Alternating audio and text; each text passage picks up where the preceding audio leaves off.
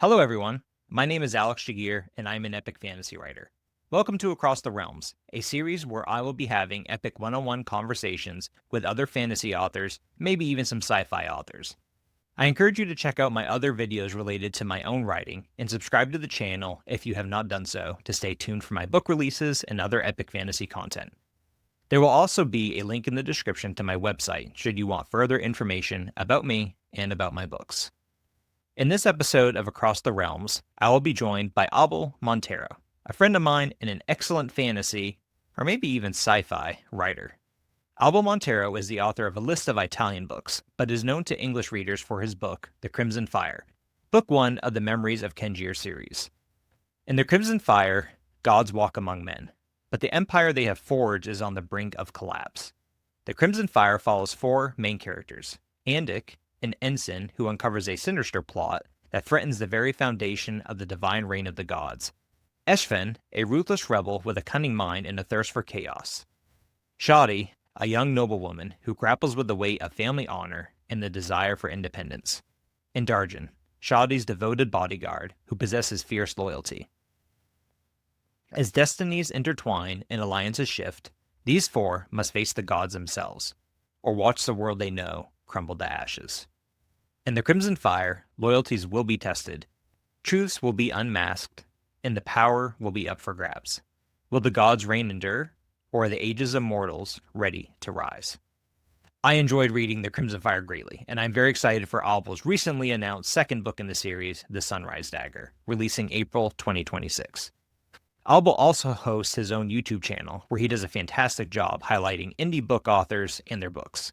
Links to Abel's YouTube channel and his website can be found in the description. Now, it is my pleasure to introduce Abel Montero.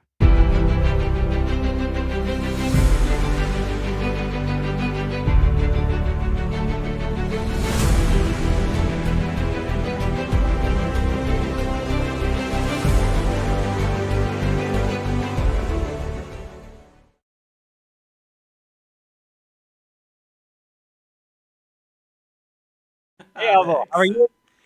Good to see you, my friend. J Alex G Gear. Hey, Alex What, here. And what I, a I believe badass I say you. surname. Yeah, and you pronounced it perfectly too Oh wow. when you first pronounced it. So Once I'm in a very proud of you, Abel. lifetime, You did Google great. is doing a very good pronunciation because 99% of the time it's just me something, then the author will be forced to retcon and correct me and say, actually, that's Yeah, it's funny that it actually gave you the correct one. I don't know why, but uh, very impressive. And your name is pronounced Abel Montero, right? exactly. Because every time I see your name, I want to say Abel, but then every time I hear you say, obviously it's Abel, and so I have to Yeah. kind of turn the knob in my Someone mind to switch who's it. a little bit fancier, they say it the Latin American way and they say Abel. And I appreciate it because Oh, it's I gotcha. actually pretty correct. But Abel is the Italian way.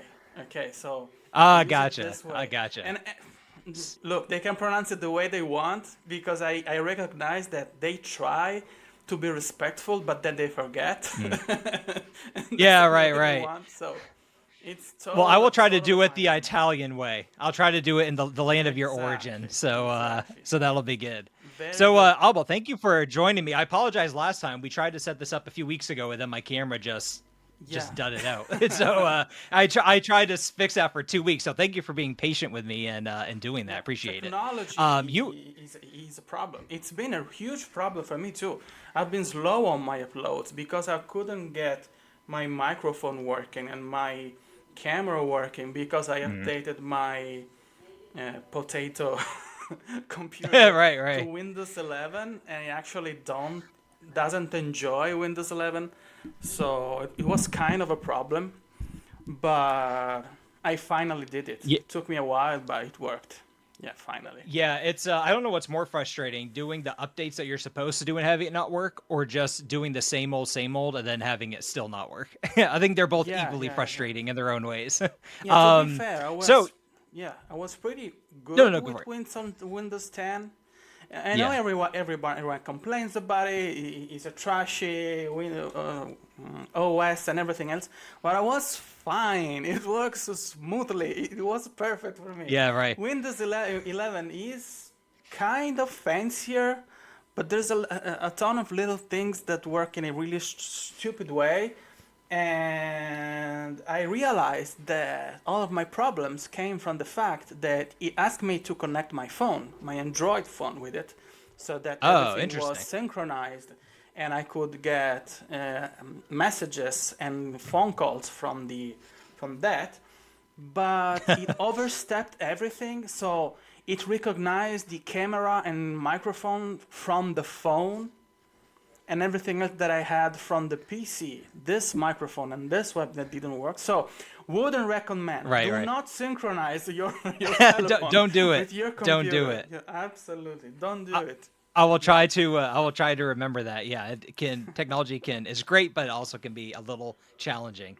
Yeah. Abel, I gotta thank you. You were the first person that kind of gave me a shout out on YouTube about a month and a half or 2 months ago about my book releasing. So I definitely owe you a lot there. So You're I welcome. appreciate it very Yeah. much. That was very exciting to see and meant a lot to me. Hopefully, I can return the favor a little bit. I did read your first epic fantasy book, right? The Crimson Fire. I think it's your Yeah. first one, right? Yeah. So Here here it it is. is. Have it up for everyone to see. And Abel's got it too. I made sure I had my coffee, and then Yeah. Abel's got it. So the Crimson Fire. First of all, the cover. You do your own covers, don't you? Yeah, it's a handsome one, right? Yeah. And I really forgive me like it. if we have strange sounds coming from the You're living good. room because my mom is watching Stargate SG-1. She's been on a binge Oh, with that show and she doesn't want yeah. to quit until she We'll ends. forgive her for So watching I'm Stargate. sorry That's if you fine. if you sound na na na na na na na. It No, can't that's happen. fine. She can, yeah, she can crank it up as loud as she wants to. So But yeah, yeah, the I Crimson have Fire, this the cover this. is the cover's great. Thank you so much. It's weird because a lot of times like with mine, I went with the bright colors all around, and you did the bright red, and then obviously the rest is kind of down with the black and gray. And I don't know, I just think yes, the back too. I just think it just looks phenomenal. But you did your own covers, isn't that right? Yeah, so there is a little bit of a backstory. I have Yeah, let's hear it. my job for the last 20 years has been in advertisement. I am an advertisement art director, they say here in Italy, which is something that Okay. I'm not sure you have in the US, but basically it's like the director for the printed version of advertisement. I started when Okay. magazines and journals they were pretty big, okay, so many years ago. Gotcha. And the interwebs and everything else were just starting, so I had my foray in the webs too. So I am pretty familiar with the process of hiring artists, and I actually learned the importance of typography and on having a nice font and having it everything pretty digestible. And Yeah. before starting that, when I was in high school, because at high school I learned a school of arts. And when you became a master, you can actually teach people to draw in school and painting and all the rest. So I have this really classic background in arts. So and I was pretty familiar with this process of hiring artists and photographers and other directors and musicians and all the rest. So when it came to the production of the book, I was in my environment. It was everything that I have ever done. I knew how to do it. I knew Right. how to deal with those. So I knew that I wanted something specific. And I knew that if I was going to the classic process to hiring an artist to make it, to give it a description of the characters, the vibes, and everything else, I was not sure if I could get this this result.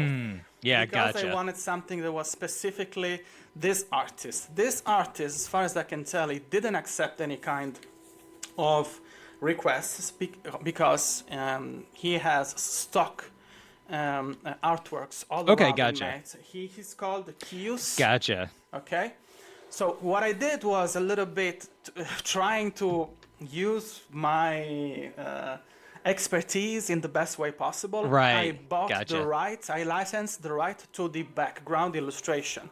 So this Yep. Gotcha. landscape that you have, the city and the mountains here and this bridge. And then I read in the terms and conditions that you can manipulate those artworks and you can change them if you want to use them for another artistic purpose. In this Okay. time, Gotcha. for the novel. And given the fact that I've been eating bread and Photoshop for 20 years, I know how to do it. So Right. I Right. went on, because actually it's funny, this illustration, the original one, is in full color. So it's bright blue sky Oh, and really? greenery Okay. and all the rest. I went through different iteration because actually in the original one you don't have the red moon and you don't have this guy here. You have the landscape and then you have a tiny Oh, wow. figure Okay. here on the bridge looking to the horizon. And I was toying with the idea to leave this one, that figure on the bridge there, and make the typography the centerpiece of the whole Right. illustration of the book. But then I went through a process to try and understand what was going to sell well in the US, because you have those two Yeah. big markets. You have the Right. US Very market different. and you have the UK market. That approach to have the most of the attention to the typography and the title, it is a pretty standard UK way of doing things, because they appreciate more conceptual novels with very minimalistic design and bold typography and all the rest. Gotcha. I knew that I had to shot for the stars in the US. So I said, okay, you need something that gives you a visceral punch and gives you an instant emotional connection with the novel, which means two things: bold colors and a human figure. These are the way to achieve that result.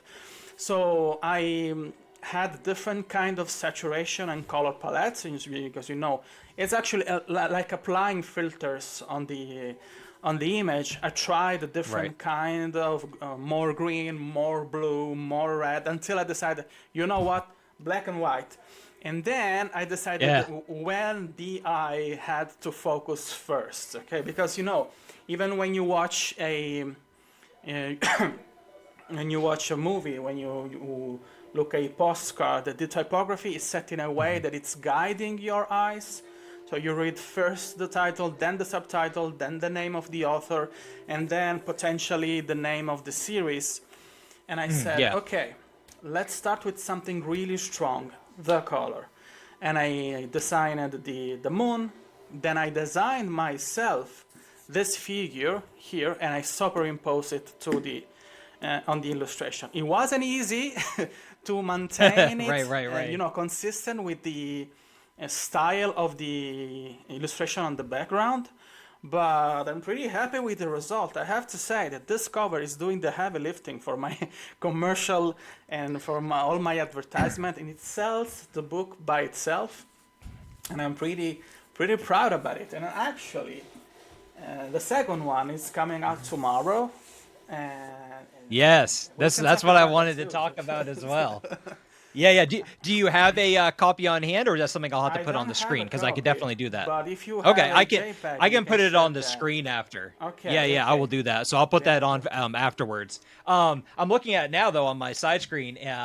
The second one, well, I guess we can talk about it because Yeah, as we're absolutely. recording, it's kind of funny how timing worked out because I think you're announcing it tomorrow, right? So we can Yeah, talk about it. So the Saturday. Sunrise Dagger, book 2. We'll kind of go back to book 1 a little bit too, but Yeah. we can talk about book 2 as well right now. But I really like it's like an orangey yellow background too, right? Yeah. And Yeah. one thing that I noticed about just the contrast in this for the Crimson Fire, your first one, you kind of have the white lettering Yeah. for the title with the red on the Yeah. back, but with this one it's switched, right? It's the Yeah. opposite. It's a Yeah. very like whiter background compared to the black, Exactly. and then the lettering is black on it. It's So black. yeah, just talk to me about how I imagine it looked like. It's obviously kind of a not a copy and paste, that's not the right word, but obviously very similar focus Yeah. cover Yeah. for Yeah. the first one. How did you make the decision to kind of make those subtle changes with just changing the contrast on the background, the foreground, the lettering?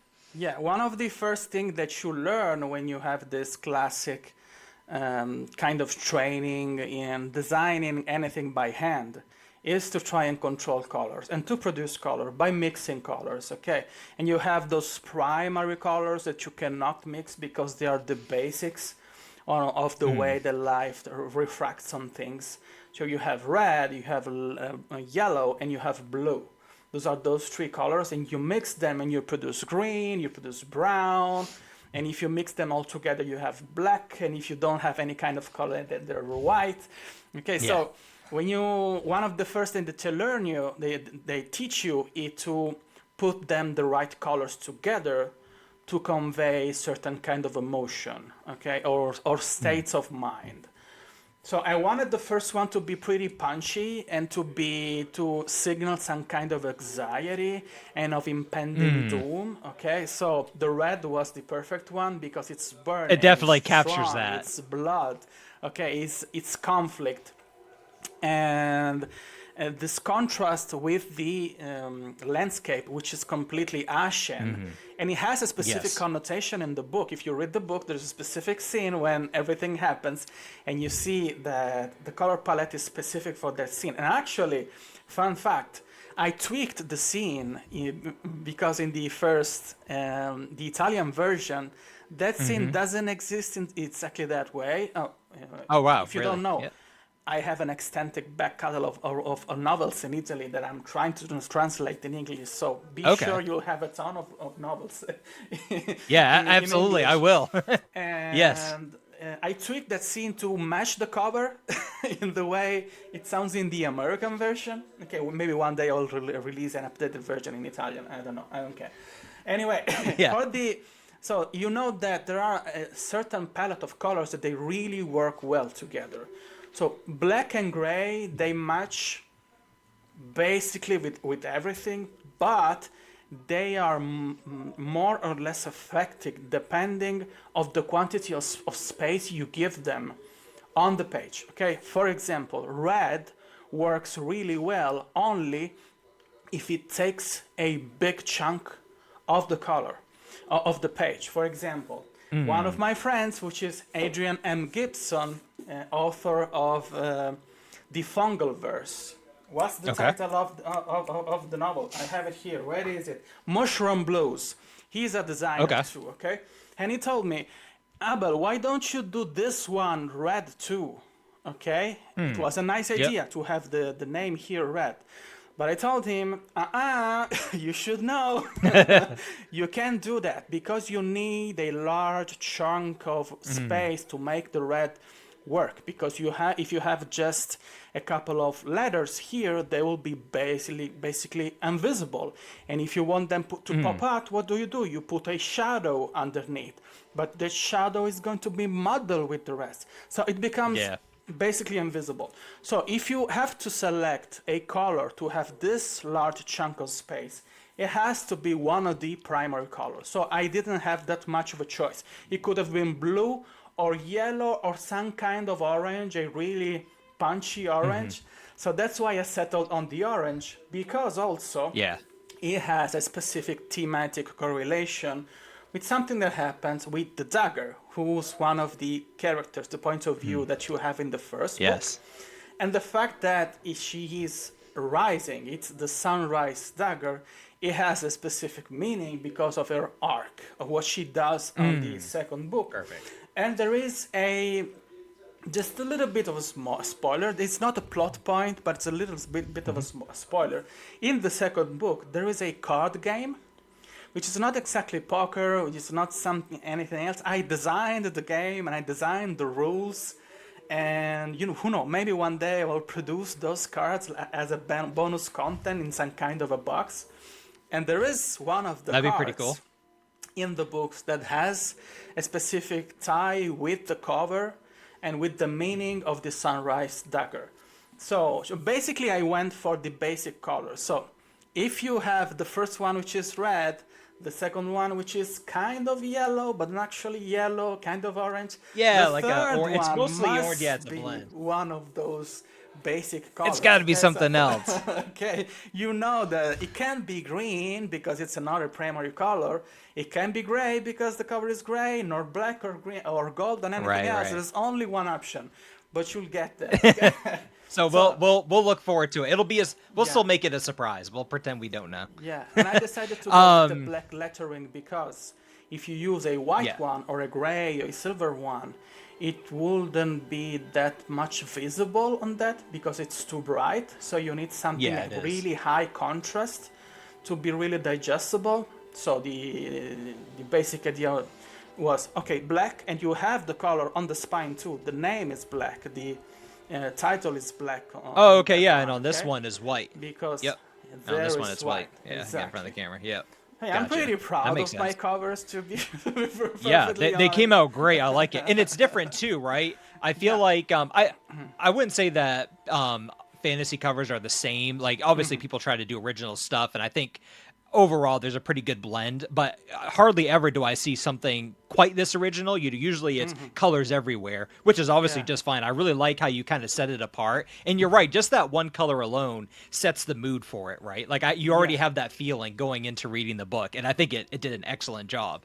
The book itself, I thought was really great. There was a lot that the approach that you took for writing it, and I don't know if maybe this is a correct term that you like for your book, but I felt like it was after the kind of initial first couple chapters, which were a Yeah. little bit action heavy, it was a slow burn building up to the end where you had some action parts throughout it that were great, but I just knew that you were building up to something really great at the end of the book. And of course, I guess a lot of authors want to try to have that epic conclusion, but throughout the way, you kind of littered a trail of hints and pieces of what to expect to this ultimate finale. I've obviously won't spoil anything because I'm sure there's plenty of people who haven't read your book. But when you wrote your book, how much of it? I guess you can just talk a little bit about your writing process, thinking through the Yeah. book, how much stuff you had to change, but just kind of take us through how you wrote it. Did you have to outline a lot to begin with to kind of put the pieces together, or did you write a really rough draft of it and then have to edit quite a bit to fit everything? What did that kind of look like for writing the Crimson Fire, but then also keeping your other couple books in the future in mind? Yeah. Okay. So be prepared because my replies are usually pretty long and pretty rambly, and they swirl around, and That's totally then fine. we finally get to the point. Okay. That's fine. Go for it. I'm all ears. I'm a good listener. So, first of all, this book existed in Italian. So, but it was shorter. It was around 78,000 works. This one, Okay. the one you have read, is around 1K and 12,000 work. Okay. Yep. One That's what I thought. 112 and 12K. Yep. Numbers are difficult in English. So Yeah. anyway, Yeah. 112. Yeah. so it's pretty very long, very much a longer book. So what I had was a book that started with the river scene of Darjin and Shadi. So it's around the Oh wow. Okay. 30% of the books, almost 30% of the book. Yeah. So what I worked with my editor, my amazing Canadian editor, that told me, this is all fine and well. It works really well, but I suggest you to give a little bit of more agency, especially to Shadi, and to give her more of a a setup at the beginning of the book to let the readers understand better who she is and understand why she does certain decisions, because she's a pretty passive character for the most of the books, and then she has just a few moments of realization at the end. So she said, you need her to be. She's a strong character, but you need more elements to the for the readers to latch on her pretty fast before you get to the Yeah. actual meat of the story. So I went back and I wrote all the introduction for her, and then I realized that the novel was unbalanced because it worked in the way it worked, and there was it was severely lacking the point of views of the others. So I went back and I wrote 40,000 words for her, There you go. for the other 4 points of views. And Wow. while I did that, because all the rest of the novel is the same to the Italian edition from that point on, but I Okay, wrote all gotcha. of that beginning specifically for the US edition. Okay, while I was doing that, all of my reading experience, because for a couple of years I read only techno thrillers, okay, and spy stories. For a good 4 years, I was reading all of those, just those, which kind of influenced the vibes and Yep. the pacing and the way the various plot threads intertwine in my story. You can actually feel it if you have read anything of that. If you have read Yeah, I could get that. James Rollins, Dan Brown, that kind of multi-POV style of things, you understand how they move. Tom Clancy, all of that. And then I had an idea, a big idea, because those kind of novels they're really heavily influenced from the spy stories from the 70s and 60s and 70s, especially Bond stories, which is one of the most famous one on Yeah, the right. literary side too. And they all have a cold opening. They have a small concentrated sequence that it's kind of an independent story, and then the movie starts. Okay, and you have Yeah, for absolutely. example, in The Dark Knight, when you have that scene with the Joker doing the heist, the bank heist, that it ends, it's a completed story, and then the story starts. And when I was reworking all the introduction on the book, all the setups to all the characters, I found myself with a unique opportunity to tell a specific side of the story that was just suggested in the story because in the original version you have one character using a specific set of artifacts. He uses it to manipulate people, he uses it here to do incredible things at the end of the story. And I decided to tell the story of how he got into possession of those artifacts. And it was actually a heist story because he had to I could see that. Yeah, from the okay, beginning of the book to reading go it. there and to steal those story from, and it was the perfect way to introduce a few political elements that are incredibly important for the end of the book and the rest of the story.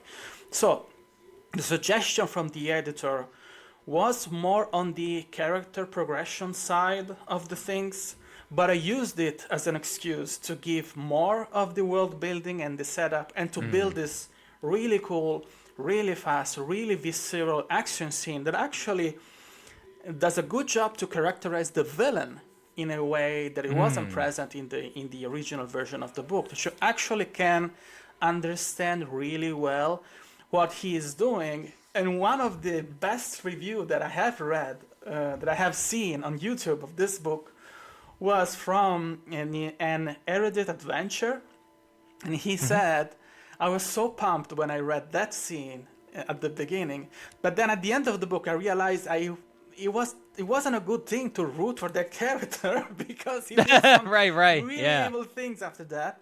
Yeah. So I'm really happy about that. And for Yeah, the rest, I really. yeah. Yeah, sorry. Keep going. Keep going. Definitely finish Yeah, I up. wanted to say I'm not exactly, you have this hard divide from penster and architects, or you say there's another specific word for people that plan really well. It's not architect.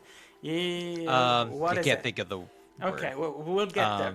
Yeah. So Yeah. I started my career with being improvising 100%. Okay, going full steam ahead, discovering the character, discovering the world, discovering the story by itself, experiencing this story with many novels. Before understanding that, my desire to have stories that have multiple volumes and multiple iteration, it kind of was at war with itself, with the idea of Yeah, right. improvising, that you have to do a little bit of heavy lifting at the beginning to set up the things properly and to have a general idea of the very strong bits that you want to have in the novel.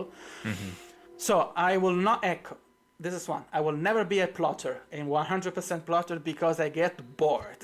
I want to discover the story Gotcha.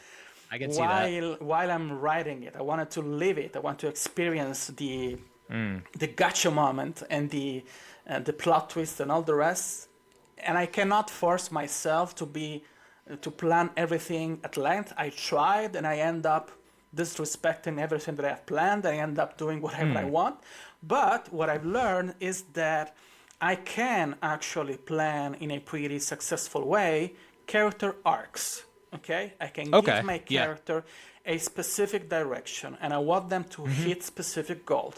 I give them specific pitfalls and flaws, and good things and bad things, and trauma and everything else, and I Right. use those to give to because if the characters are satisfactory, the plot but if the characters are Mm-hmm. good, the readers will latch on them. If the characters are Mm-hmm. superficial, you can have the best plot ever.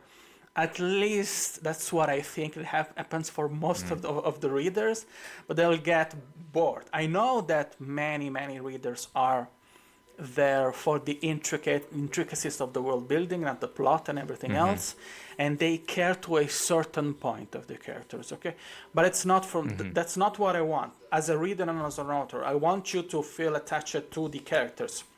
Mm. So I planned for this book, for this series, a specific arc, and I created characters that will complement the arc of the others. So there are Mm-hmm. two female point of view in the first book and two male point of views, and they are all similar in a way, and they're all completely different on the others. There's Yes. someone Yes. who's more action oriented, the one is more mindful and more reflective for Mm-hmm. the male part, and it's the same thing for the female part. There's one who's Yeah. kind of a victim of the events, and she has to use the little bit of agency that she has to make important decision. On the other side, there's one who's extremely action oriented, who's on the surface pretty able to take her own decision to do whatever she wants, but at the same time she has to deal with the political environment, with the Yes. promises Yeah. she made. So she has a knife, she has blades on her hand, and she does a lot of bloodshed, but at the same time she's not exactly able to decide whatever she wants. So to wrap it up, the novel changed a little bit, very much actually from the original version. In this US version, it's much longer, and the character progression is much longer. I'm not exactly a planner. I will never be a planner on detail. I cannot plan specific. I talk to, and I envy many writers who tell me, I decided that chapter 12 would be 400,000 words. It will start there and it will end there. They have this specific sentence at the beginning, I will have that specific sentence at the end. I will have this specific progression. I will tell you exactly that. Yeah, I don't understand you, okay? And I Yeah. envy you. I Right. cannot do that because I want to have fun while I write this book, because I will spend years and years trying to perfect it and to make it work, which means that I have to do a lot of self-editing while I write the book. I have to go back Yeah. to make it make sense with the rest of the book. But the more time passes, the more I become proficient in trying to establish a few things which are set in stone. The things won't change, especially for the characters, but all the best plot twists, all the most impactful action scenes, all the best turnarounds when the tables are turned, like they say in The Office, they came Yes. organically while I was How the reading, turntables. completely unexpected, because I want to live the story with you readers. So yeah, aside the character development, that is always set in stone. I won't have to grow in Yeah. a specific way and to finish to a specific point. That's what drives the story for me. It was a really long That's answer. really that was a great answer though. That was a great answer. That was that's impressive. I didn't realize that you had kind of written around 70,000 words or so Yeah. in Italian, and then essentially for English added 40,000 words right on top of Yeah, that. That's yeah, very yeah. impressive. Be You grateful, had American mentioned people. I was gonna say, I was gonna say, how difficult was that? I guess how do you do like an initial like automatic translation? Do you like how does the translating work? Do you write? And I assume you write in Italian, and then Yeah, I I'm write in curious on that Italian and then process. I write Yep. in English. It is really Okay. difficult, and it is Yeah, I really bet. tough. But there are a lot of instruments. I have Deepold Write, which is a grammar tool that helps you to straighten and to catch errors. And then I use Pro Writing Aid. okay, in English. But I do my own translation, and I'm really lucky because I simply love the language. I love That's English. great. I like the language. I Wow. like the You're way one the of 7 billion people in the world that like English. yeah, and that's a really long distance relationship for me because it started when I was really young because of the music, because I wanted to Mm. understand, pop culture. American pop culture is so Yeah, absolutely. pervasive all around the world that we It is, sing yeah. the song without knowing the actual meaning of the song, and then when you realize the Wow, meaning, yeah. sometimes you want to puke because they're a little bit a little Yeah. explicit. So my first drive to try and understand the language was because of the music. And then I had a couple of really, really passionate and good teachers when I was in middle grade that helped me nail the structure of the sentences, which is a little bit different from the That can be Italian tough, one. yeah. So when you put the person, when you put the action, how you Hmm. finish the sentence, when you lock that down and you understand that, it's only a matter of variety of your vocabulary. So the more you experience Mm. the language, the more it becomes richer. When I started reading novels in English, after a couple of years, I realized, I started to realize which writing style was good and which one was kind of eh. So the moment Yeah, I right. started to realize that a novel was competently written, with a good writing Hmm. style, with a good pacing, with a good sentence structures, I started to think in English. And it actually Mm. happens quite a lot in my daily basis Wow, when yeah. my uh, when I speak a little bit, it's a little bit jumbled, and I think this process what makes easier because I am original from a bilingual family. So my mother is Okay. Venezuelan, my father is Sicilian. So I had by default two Oh, wow. languages. Okay. So I learned to speak two languages when I was really, really young. So I Hmm. had those synapses that were already working to Yeah, trying right. and learn new languages in a faster way. So I learned English pretty well. Because of my job, I was in contact with persons from Canada and from the US every day, Mm. and I was practicing and practicing and practicing. So when I decided to go with the international market, I knew that I didn't want to experience the same thing that I have when I read an Italian novel which is translated from American, and I catch Oh, part yeah. of Yep. translations and I say, are we really sure this is what the author was Mm. trying to say? I'm pretty sure this is not what the author was trying to say. Okay, and then I go and Right, see that's the interesting. original version. It is completely different. Okay, so I Yeah, said, wow. okay, I'll give it a try. If it sucks, I'll find a professional and I'll deliver the manuscript to a professional. Okay, I'll make it do 100% to another person. I'll try to find someone who's in line with my sensibility, who's trying to understand the Mhm. way I want to convey the story. I'll do it that way. So I did around 50,000 words of my personal translation from English, from Italian to English. Then I passed it to those software to try to put the sentences in the right way, the Mhm. commas in the right section, the M dashes in the right section, even if Right, those right. poor Yeah. M dashes are now considered evil for AI and everything else. Oh, man. And then I sent those to very few generous authors, American and Canadian Mhm. and Australian, asking them this specific question. Does it sucks in English? Is it Right. understandable? How does it work? And the overall consensus was this is really good. This is really good. Mhm. The only thing you have to do, you have to be sure, is that there are a few things that you're missing because you missed the context of the culture, Mm. that a few words do not mean exactly what you're trying to say. Gotcha. Yep. So, but you're going to catch them when you do proofreading and you do line editing. They will Mhm. be, of course, cached. So that gave me the confidence to keep working on that translation by myself. And then I have to say those tools online, Pro Writing Aid, a little bit of Grammarly, and the DeepL they're really, really powerful in helping you catch inconsistencies in the writing. Yeah, it was a long process. It took me almost 9 months to translate that Wow. one, and Yeah. I I don't became doubt it. faster. So Yeah. the last bunch, the second part of the book, it took me a couple of months. Once I understood that there are certain things that are impossible to translate.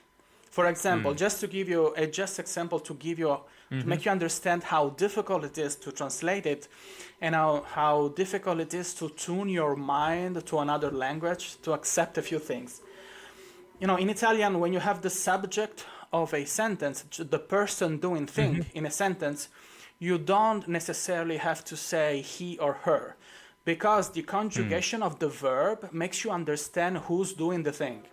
If he's Oh a wow. man Okay. Yeah. or a woman, and you don't need to do that. So when I was reading books in English, and in a sentence I had four times, in a sentence of four lines, he did, Yeah. he took, he thought. In Italian, you cannot do that, because your teacher, they will mark it with the red line, because Wow. Yeah. that's a repetition. You cannot do that. There's no need. That's funny. And I Yeah. was asking to other author in English, look, is this writing right? Because I'm reading this, even Brandon Sanderson, you're really, really potent, really popular authors. And I was asking them, is this a repetition? Do you actually need to phrase that sentence that way? Because for me, that doesn't work, because they nail in our mind in Italian that you cannot repeat that. You have to be varied. You have to have a varied vocabulary. You should try to Yeah. not repeat that one. And I understood in time that the truth is kind of the middle, that by nature of the language you have to be a little bit more repetitive in English, but at the same time you have to try to not sound specifically repetitive, so you have to work around the structure of the sentence Yeah. to try. So Yep. that was Vary really it hard or for me yeah. to Yep. understand. Was really, That really, can be really tough. hard. Okay, but once I understood that, it was smooth. And the truth is that I had help from very, very generous authors.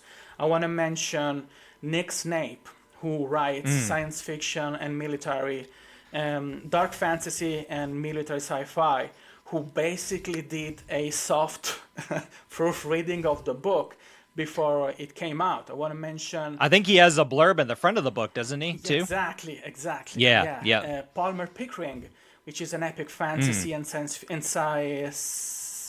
science fantasy author Gotcha. Yeah. Yeah. who helped me in a section of line editing on the first bunch of chapters to guide my mind and to teach me a few things, a few tricks to make the words sound better, and many, many others that gave me incredible insight and to try and smooth that process.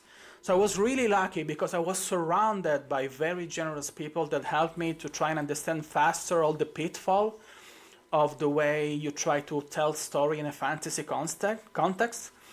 And then I had the pleasure to work with proofreaders and editors that made the text whatever it is today. So yeah, the process is really long. The language That is a long process. the language is not that difficult for me, because arguably the way you structure the sentences and the way you speak and write in Italian is a little bit harder, because Okay. sentences are usually longer and the structure is it's a little bit different. And in Italian, the idea of an extremely simple language, really approachable, is kind of frowned upon. You have to show off a little bit to try and sound legit when Oh you write wow. novels. Yeah. Wow. And that Yeah. doesn't exist here, because for the Yeah. US market, it's kind of the opposite, because the purpley writing, it's flowery writing is kind of frowned upon here. Yeah. Yeah. It is. But yeah, it's an interesting, and it is an evolving process. The way I'm translating the second one is a little bit different than the way I was translating the first one, because I've learned so much. And I became so much more proficient. Hopefully, it's a smoother process. And it has to That be would be smoother nice. I hope it because takes a have little to bit deliver quicker. the book in April. So yeah, Ooh, yeah, that's coming up, Alma. It'll be yeah, April's tomorrow, basically. It'll be here yeah, before you know it. That's a exactly. really cool process. So I will say, reading the book, because I didn't know what to expect, right? I didn't know how smooth it would be, or if I could tell that it was translated. But if I mean, it felt like someone very fluently speaking English, wrote this book, so it came across very well. You did an excellent job, and obviously all the people that helped you did great Yeah, work too. But exactly. Yeah, shout out to them. I kudos to you because like I read my book a dozen times, and by the end of it I was sick of it. I can't imagine reading my book in two different languages probably over and over again. I don't think I could ever look at it on a bookshelf ever again. You had mentioned something before talking about your characters, putting them through traumas. I guess I have kind of two questions, but that's the first one that just made me think of that when you use that word. Don't you have some published works in Italy that are horror based, or am I misthinking that? No, okay. So my first series in English, in Italian, sorry. My brain is not happy with the idea I have two languages working Yeah, together right. at the same time. It was a techno thriller slash dystopian set in a near Okay, future, gotcha. and it was really punchy, really action packed, Hmm. really fast paced. It was all Buddha, Buddha, Buddha, Buddha, and it was an homage, a love letter to everything that I love in science fiction, like TV shows Gotcha. Right, like right. Fringe and Alien and Stargate and all that stuff. And that series has a few really chilly moments, really, Hmm. really spooky, but they're never exactly horror or Okay, anything gotcha. else. No, no. Gotcha. Understood. And then Okay, I had gotcha. my foray with epic fantasy, which is actually, I've always been honest, it's a marketing tool because all my novels are science fiction, but then I use fantasy as a tool to to market them Interesting. because the aesthetics of this are actually fantasy. And the Hmm. hill I will die on is that the Wheel of Time is science fiction, but they don't tell you because Ooh. they wanted to sell the book. And it looks like epic fantasy, but it's actually not epic fantasy. I'm sorry. It's Don't tell me post-apocalyptic that science novel. fiction. Don't tell me That's the that. truth. I'll And pretend you that's didn't the say that. same I'll thing that pretend. happens with my books. This looks and feels like fantasy because of the way the setup is done, because of the aesthetics, because of a few very familiar things that you have in the book. But there's no elves, there's no orcs, there's no dragon, there's no magic. Okay? Very true. And Yep. so, yeah, that's the truth. Sorry, you were You've saying convinced me. something You else. convinced me. I did not read a fantasy book when I read this. I read a sci-fi book. Don't You've tell convinced me. Amazon because I'm marketing it I as yeah, epic yeah. I fantasy. won't. I won't. I'll keep it a secret.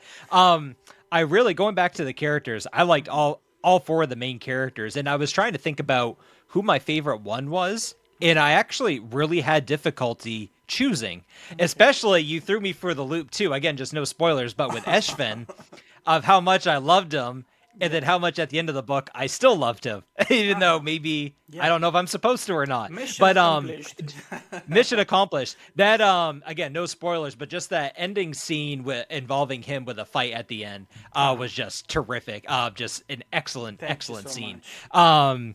But do you have a favorite character? Is there a character that you relate the four main ones that you relate to the most, or that you enjoyed writing the most? I have, but let me just say this first before I get there. I want to say that I am not a huge lover, and this puts me at odds with a few things that are happening in the industry right now Yes. of dark fantasy. Even if someone calls this dark fantasy, I think it is not. I'm sorry, or with grim dark, because I think there's been an oversaturation of the genre of dark fantasy and grim dark. At a certain point, a couple of years ago, if you weren't writing grim dark, nobody cared about what you were doing. And I think that a few people are trying to emulate staples of that genre, and that's all fine Gotcha. because we all take our inspiration. But if your driving force behind your book is just that you want to iterate something that someone else did, it can feel a little bit dry. And I got to the point where I understood the driving forces behind grimdark as a genre and the goals and the way to make it really, really work. But I was really tired of having despicable people being all the characters Yes. of the book. Like everybody having absolutely no redeeming qualities. Maybe just a smidge of something else at the end of the book after 600 pages of nefariously done things. Yep. So I don't want that in my books. I want good guys that are able to do despicable things because they Yeah. want to do, and spend the rest of their lives regretting having done despicable things and trying to make up for the evil part of the good things they were trying to do. And at the same time, I want really bad guys having a compelling reason to do those incredibly bad things. Yes. Compelling reason, at least in their minds, okay? So when you said that about this specific character there, I was Yes. really happy because he does incredibly bad things. Incredibly gory things and cruel one. But at the beginning of the book, when you see him trying to steal what he needs to accomplish his mission, you see him also having a really close relationship with two guys who are younger in his squad. Yep. And if you see the way he treats them, he's a very gentle man. You know, he is really strong in his commitment. So if they, especially one of the two that he has, is kind of a little bit flamboyant, he's kind of straying and he kind of speaks too much. Yes. And he Yeah. shuts him up in a minute, okay? She's really strong-headed in what they have to do because of his conviction. He has this sacred, divine compulsion to do the things he has to do. But at the same time, he treats them really well. There's a moment where they need rest. He actually Yes. Yep. acts like a father. He makes them sleep. Yep. He takes good care that they have the lining on top, that they don't take. Okay, so I want them to be multifaceted. I want you to relate to even those really bad characters, understanding that they have in their minds and their heart really compelling reason to do what they want to do. And then they have to pay the consequences of their action, though. Okay? I'm not George R. Martin. The Targaryen here, they don't win always.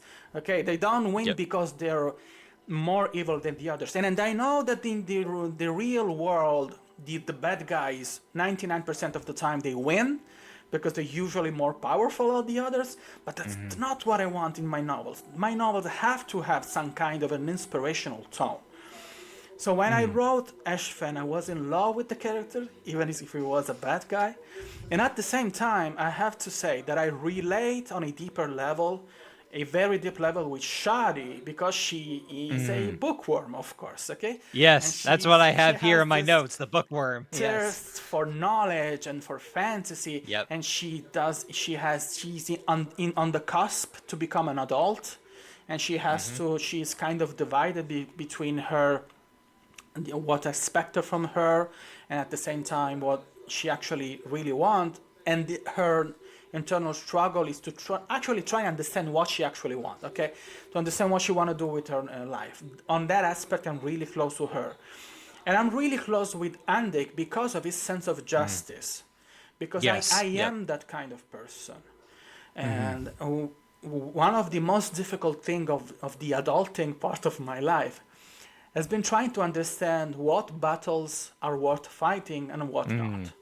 Because I have this vision of how relationship in the family and in the work and with friends should work, and the way they actually work in real life. And I was the kind of person who constantly battling with my friends and with my family. This doesn't work this way. We should not do it this way. This is not true. This is not right. You have to change it. Okay, I was constantly battling and chewing myself from the inside to try to make the world, to straighten up the world, the whole world. And then I The whole understood world. I couldn't do that because the world doesn't work like that. Because you Mm-hmm. cannot force people to be better.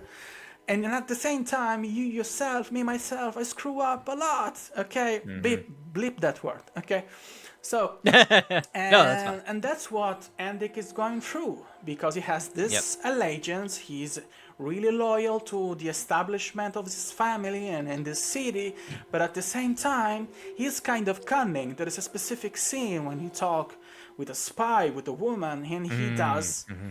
and he acts in kind of a questionable way to convince her to do what is Yep. neatly done. But I have to say, my favorite character after this long disquisition is, of course, Darjin. Because Yes. Darjin, first of all, she is cool, she looks cool, she's amazing, she's beautiful in my mind, and she is so fiercely loyal Mm-hmm. to this family that bought her job. Okay, she Yep. has this contract with their family, and specifically with this young girl. But at the same time, she's so capable.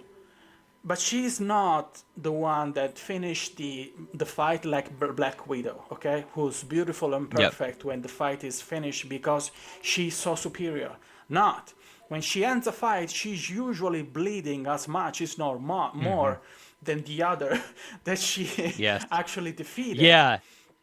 And Yes. she has Yes, this that is for sure. incredibly traumatic past because she Mm-hmm. got to the point when she is through an incredibly harrowing sequence of events that changed the concept when she came from, the whole culture, the whole civilization of those small places when she came from, all of her moral compass and everything else. But at the same time, she's still the same girl that tried to survive that incredibly traumatic event.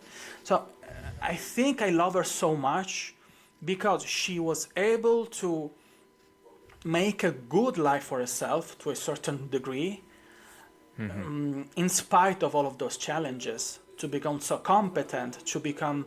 I love the way she speaks because she's pretty dry. She Mm. doesn't speak so much. Sometimes she Yep. can be a little bit acidic in the way she speaks, but she's never mean for the sake of being Yeah. mean. Okay, I don't love the characters that you love to hate them because they're mean with all the others. I don't have Right. that in my books. I don't have that kind of conflict. When someone speaks that way, they're definitely bad guys, like someone's Mm-hmm. mother in the novel, okay? When they have that kind of attitude.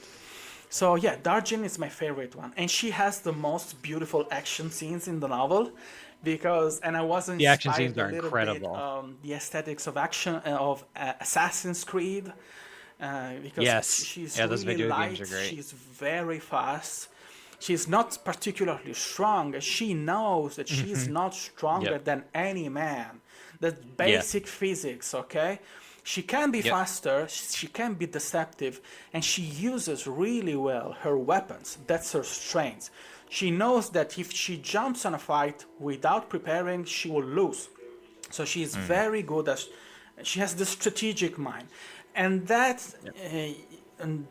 that goes for the dialogues, for the way she interacts with the family, and all the rest. So that's one character that sometimes I question myself: should she be actually a protagonist of the story in a way that overshadows all the others? Should I give them much more Mm. space?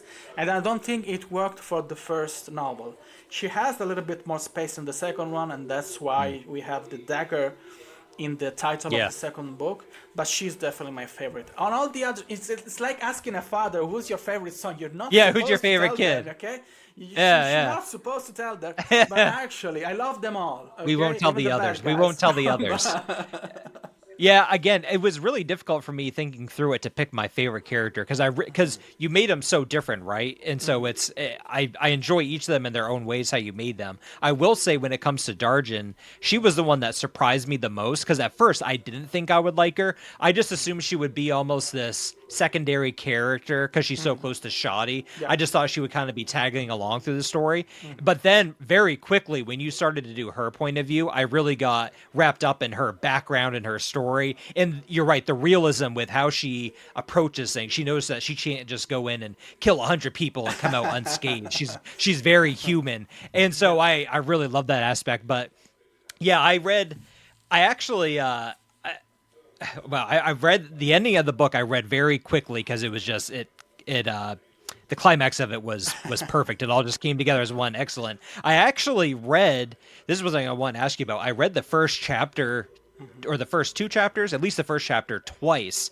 I read it once and then I thought, okay, this is a brand new world. Abel's introducing quite a bit here. I'm just going to reread it because I just want to get set in my mind, the god that Eshven is following, the artifacts, and there's just a lot, which I love. I love those kind of books. Do you think that that's kind of how I like my books? I don't want it to be overwhelming for every reader to pick up, but I also want them to feel like when they read my book that it's a new world. This is a new place for you to sink your mind into. Do you think that, I think that people who read, I know you say this is a sci-fi book, people who read fantasy books, sci-fi books, I think people who read the genre are intelligent, are smart, and they like this kind of deep, this deep separate world outside of the lives that we live in every single day. What are your kind of thoughts on that, or on throwing a reader into a book right off the back? Okay, I think there's a spectrum there, of course. You cannot make kind of a definitive statement about that. But I think that experienced readers, the kind of people that have more than one book a month, that they read more than one book a month, and they're specific in the genre, that they know really well the genre. They know that if you're going to a secondary work, the beginning it has to have this kind of learning curve, try to understand and to ease up into the world. Now, I am not a huge fan of the swim or die technique, when you try to have to piece all the pieces together by yourself and try and understand how it works. Okay, because one of the critiques that I have in this for my first novel in English, and I kind of understand it, I think it is kind of warranted, it is that there's a lot of telling, because there's a lot of internal dialogues. Okay, my characters, they think a lot. Okay, so there's a lot of conveying internal, because I don't like when the dialogues you try and use the dialogue to convey world building in a way that it's not organic. So, like when you watch a TV show or a movie, when you understand that they're saying the specific thing because otherwise you don't understand the movie. I don't like it. I think that characters need to tell what they will actually they will say in an organic way, and the only other way to convey information that are vital to understand the story is to let you inside their mind. So I give quite a lot of telling in that way. And my perspective is always really deep inside the characters, okay? I don't have how do you say when you have the narrator that knows everything in the story? Yeah, like omniscient. Exactly. And like I don't have everything, head hoppings. When I am inside one point of view, I am locked inside that point of view. And when I have another chapter, or inside the same chapter, there is a chapter break when we change the point of view. So I know that the readers, if they're a little bit experienced, they expect they have to do a lot of work at the beginning of the book to try and understand. But at the same time, I try to lock all of the conveying in those information in the emotional side of the things and in the stakes. Because when I convey information, they all they'll filter through the lenses of the characters. In that first chapter, this character, Ashfan, says things about that world that are filtered through his experience. He has an underlying judgment of the way the other people work. Okay, when I give you information about the island that I have to reach to do the stealing, to do the heist side of the story, He doesn't simply tell you that the island is the place when the merchant guilds live, that those merchants are powerful, and it will be really difficult to get inside the mansion because it is heavily guarded. No, I tell you that he despises the merchant because he thinks Yes. that they're a shame on the world because they do not worship the same God that he worships. And when he sees the mansion from the first time, I do not just describe you the mansion. I tell you, what a shame. This is going to be destroyed because my God will turn all of this in ashes. Okay? So I try to convey those information, but at the same time, they always, always, always impact the emotional state of the characters, and they give Yes. you added layers on information. So I try to hit that kind of a balance. And I know that if you're fresh and if you know really little about the genre, two things can happen. Either you love the story because it's your first time and will shape your views and you will search this experience with all other your books of your lifetime, Yes. or if you're really fresh, you will really hate it because you're not used to have a large amount of information to understand a world that it's not yours, because when you write thrillers, when you write crime genre or on everything else, the world building doesn't exist because it's our world. But usually experienced readers, they will know and will have their preferences. I'm pretty I know I should read Malazan, but at the same time, the idea that nobody is giving me anything to help me understand the world because that's an authorial decision, it really, really rubs me in the wrong way. Gotcha. Because I think that giving you a little bit of information, a kind of taking your hand a little bit and to draw you in the story, it's not just an act of kindness because we are not getting younger. We're going older. Yeah. Come on, Yeah. don't make me We're sweat not for my going the other novel. way. Okay, make me enjoy the story. Okay, so I try to help you, but it's always also a really good way to establish your voice. Okay? I do not Yes. want to become transparent in my novels.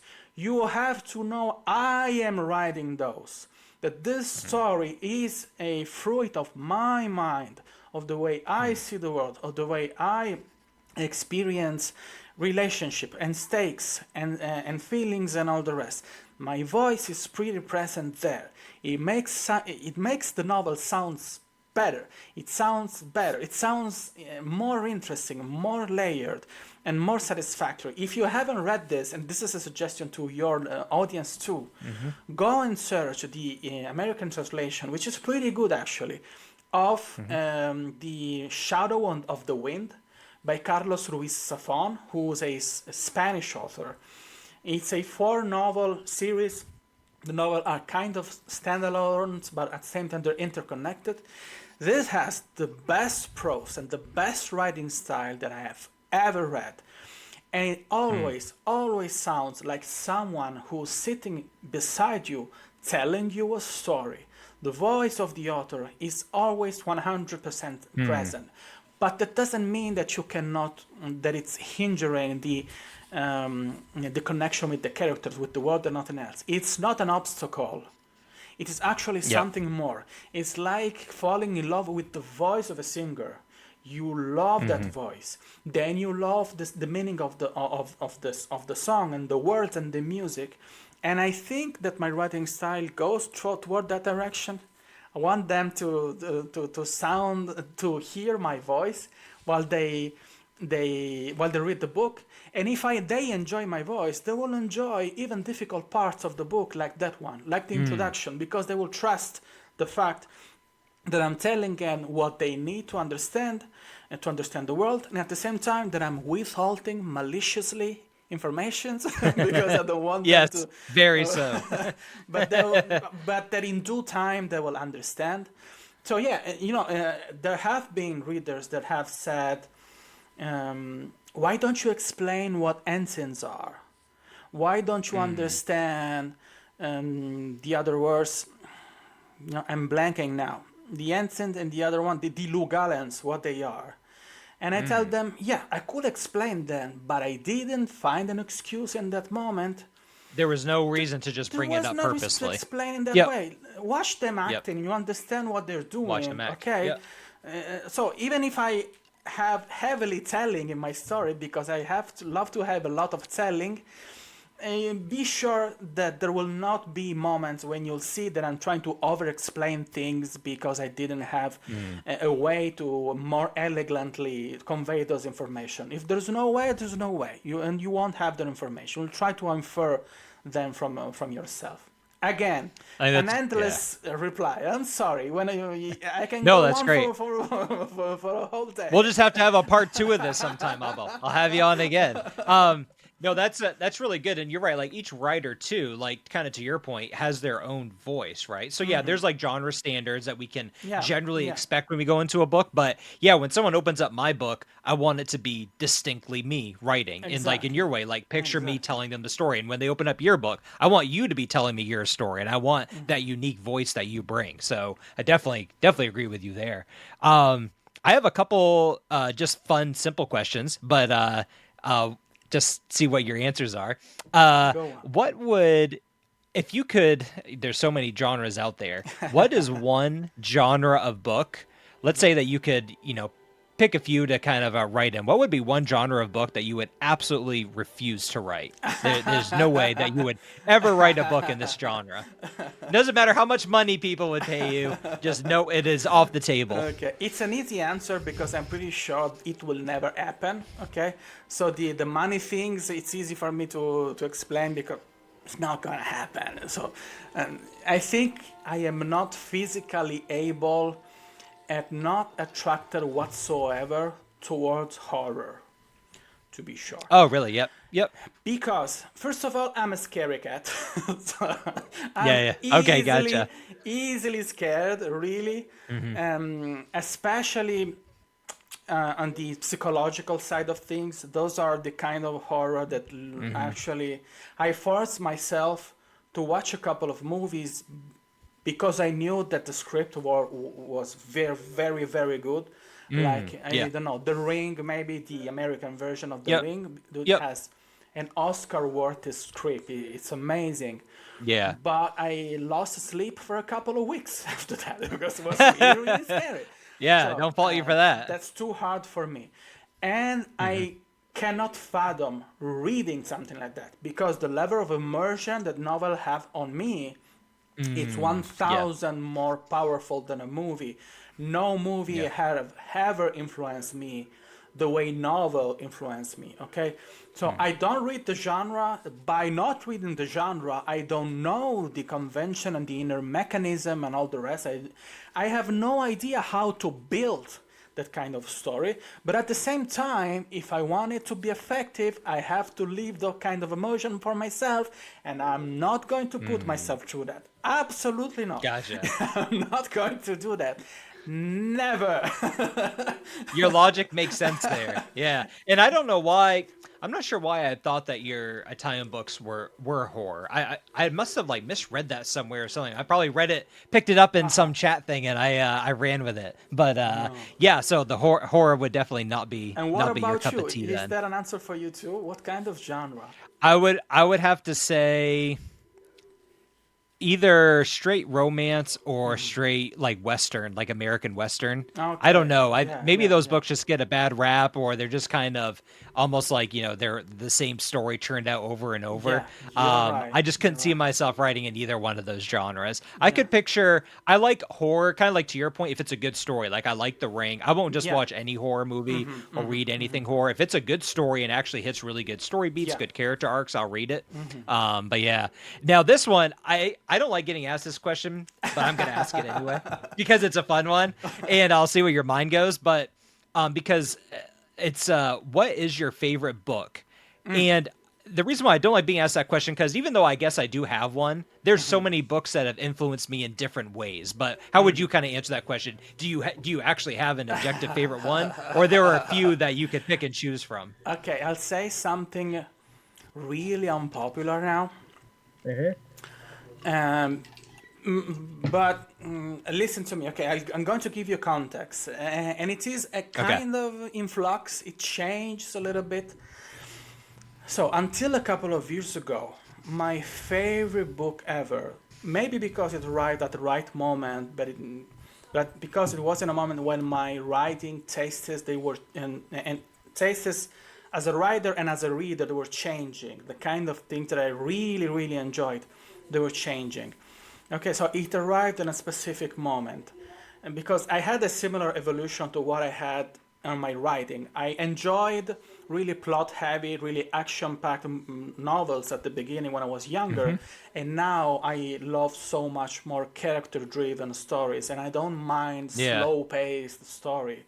If I like the Yep. characters, you can give him 1,000 pages of them talking on a table, and I would gladly read that. Yep.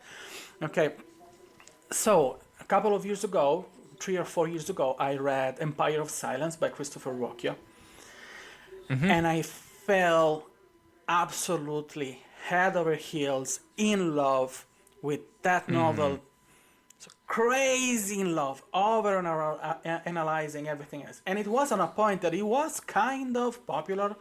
He had written 3 books in a series. I think there are 7 now. Yep. And that was a staple for me. For the writing style, for the plot, for the characters, absolutely in love with Adrian Marlowe. If you haven't read Empire of Silence, absolutely do it. It's an incredible novel. And he, Christopher Rocchio, is a special man.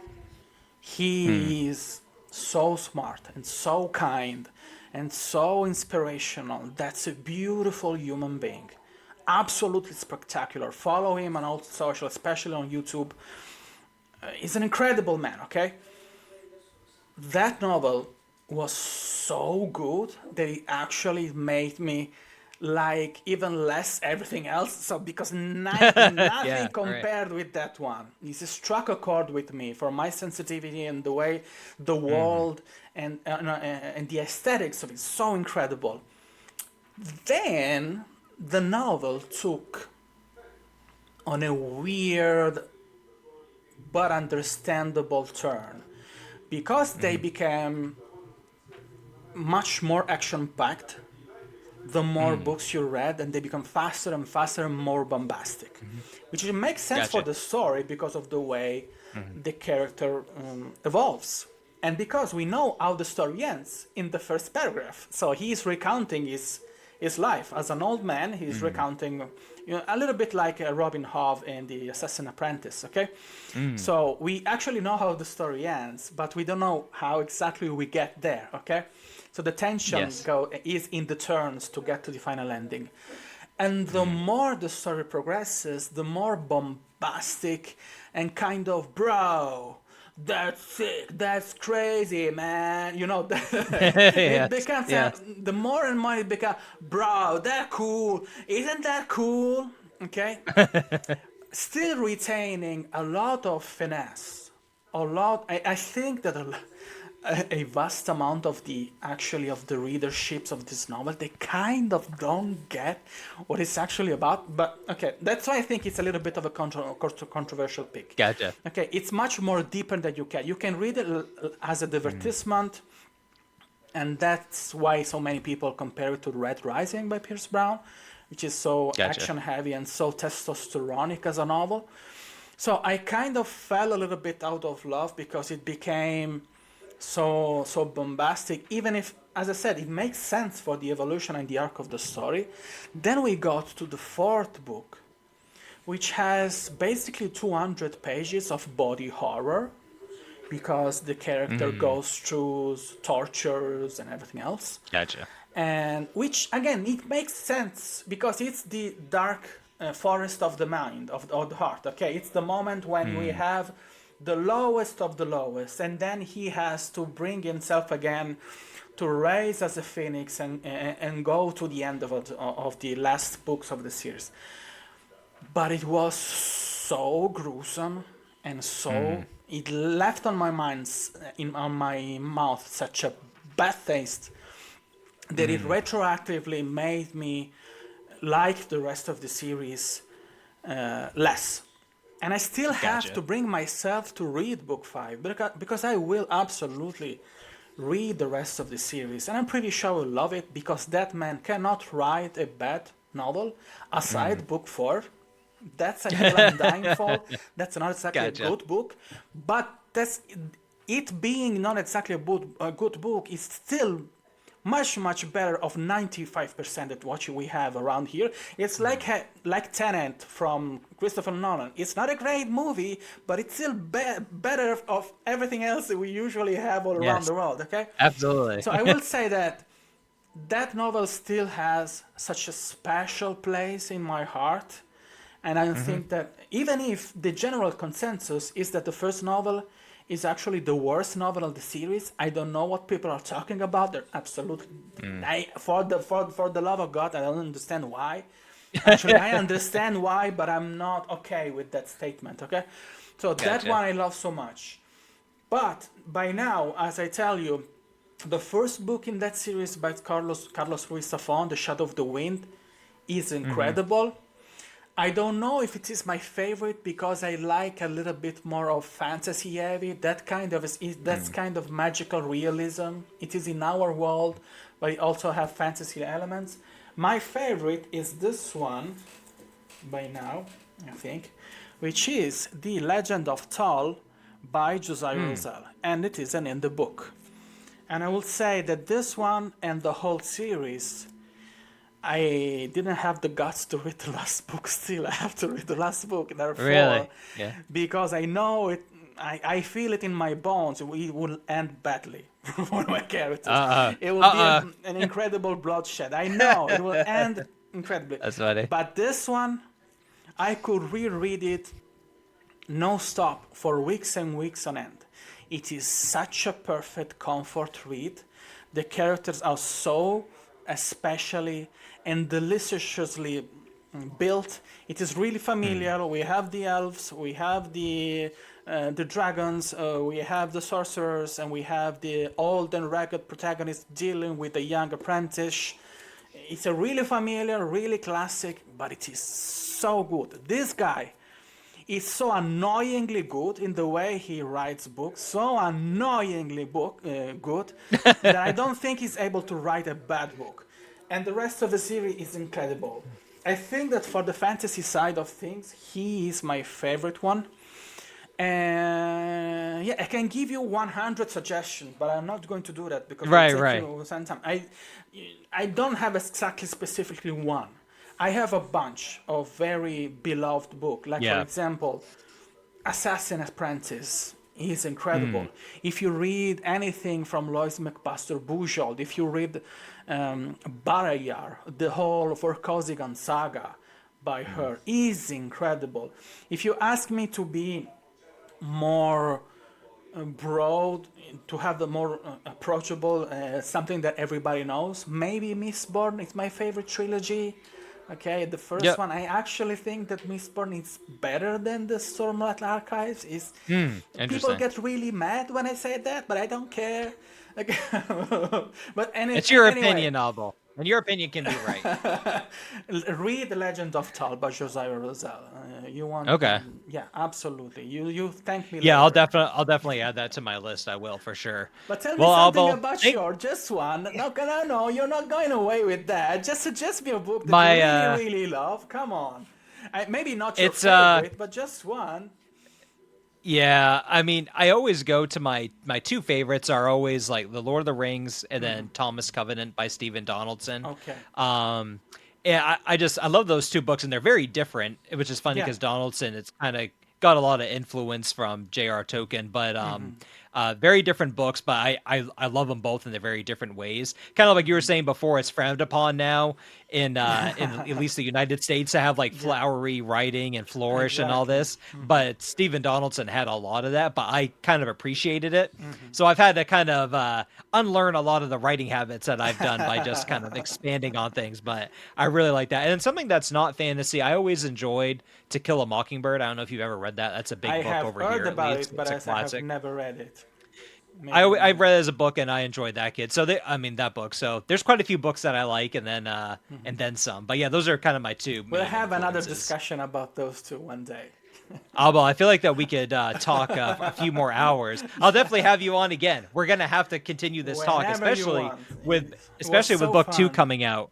So Yeah, again, if absolutely. you've made it through the whole video, definitely get the Crimson Fire. I really liked it, Abel. This was a great book. Thank you Really, so much. it And was thank you great, and I'm really excited about the Sunrise for Dagger. discussing it in such detail and telling me about what you liked and about the characters. You know, Mm. there were moments when I was so happy about it because I think that every writer somehow is a nerd that needs friends and to discuss Yes, about books yeah. because we really don't At have some point, someone in our yes. life. And when someone gets You're right. what you were trying to say, what you were trying to convey, and appreciates your story, it's like walking on clouds. You know, it's incredible.